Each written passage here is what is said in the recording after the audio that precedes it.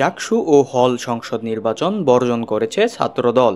অনিয়মের অভিযোগ তুলে জাহাঙ্গীরনগর বিশ্ববিদ্যালয় কেন্দ্রীয় ছাত্র সংসদ জাকসু ও হল সংসদ নির্বাচন বর্জন করেছে ছাত্রদল সমর্থিত প্যানেল। বৃহস্পতিবার বেলা 3:30টার দিকে মাওলানা ভাসানী হলের অতিথিকক্ষে সংবাদ সম্মেলনে ছাত্রদলের সাধারণ সম্পাদক জিএস প্রার্থী তানজিলা হোসেন বৈশাখী ভোট বর্জনের ঘোষণা দেন। তিনি অভিযোগ করেন, ভোট দেওয়ার সময় 15 নম্বর ছাত্রী হলে আঙুলে দেওয়া কালি মুছে যাচ্ছিল, একটা ব্যালট পেপার ফ্লোরে পাওয়া গেছে। এসব কারণে এই হলে 2 ঘন্টা নির্বাচন বন্ধ ছিল। একটি হলে এই প্যানেলের সহসভাপতি প্রার্থীকে ঢুকতে দেওয়া হয়নি বলে সংবাদ সম্মেলনে অভিযোগ হয়। আরও অভিযোগ করা হয়, তাজউদ্দিন আহমেদ হলে ভোটার তালিকায় ছবি না থাকায় ভোট বন্ধ ছিল। জামায়াত নেতার প্রতিষ্ঠান থেকে 56 ব্যালটে ভোট হচ্ছে। সব হলে ছাত্র প্যানেলের এজেন্টদের থাকতে দেওয়া হয়নি। জিএস প্রার্থী আরও অভিযোগ করেন, ছাত্র শিবির সমর্থিত প্যানেলের ভিপি প্রার্থী প্রশ্ন তুলেছে, প্রশাসন কেন শতকরা 10% অতিরিক্ত ব্যালট পেপার ছেপেছে। আমাদের প্রশ্ন, জামায়াত নেতার কোম্পানি থেকে 56 ব্যালটের শতকরা 10 থেকে 20% শিবিরকে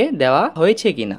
তিনি আরও বলেন, আমাদের প্রার্থী ও এজেন্টদের বাধা দিয়ে ওই জাল ব্যালট দিয়ে ভোট কাস্ট করা হচ্ছে কিনা। ভোট কেন্দ্রগুলো মনিটর করার জন্য জামায়াত নেতার কোম্পানিকেই সিসিটিভির দায়িত্ব দেওয়া হয়েছে বলে আরও অভিযোগ করেন তিনি। ছাত্রদল সমর্থিত প্যানেলের বিজয় ব্যাহত করতে বিশ্ববিদ্যালয় প্রশাসন জামায়াত শিবিরের সঙ্গে এক হয়ে ইলেকশন ইঞ্জিনিয়ারিংয়ের ব্যবস্থা করেছে বলে অভিযোগ করা হয় সংবাদ সম্মেলনে প্যানেলের সহসভাপতি ভিপি পদপ্রার্থী মোহাম্মদ শেখ সাদী হাসান সহ অন্যরা উপস্থিত ছিলেন। এর আগে সকাল 9টায় শুরু হয় জাকসু নির্বাচনের ভোট গ্রহণ। বিকাল 5টায় শেষ হওয়ার কথা থাকলেও 5:30 পর্যন্ত ভোটারদের দীর্ঘ লাইন দেখা যায়।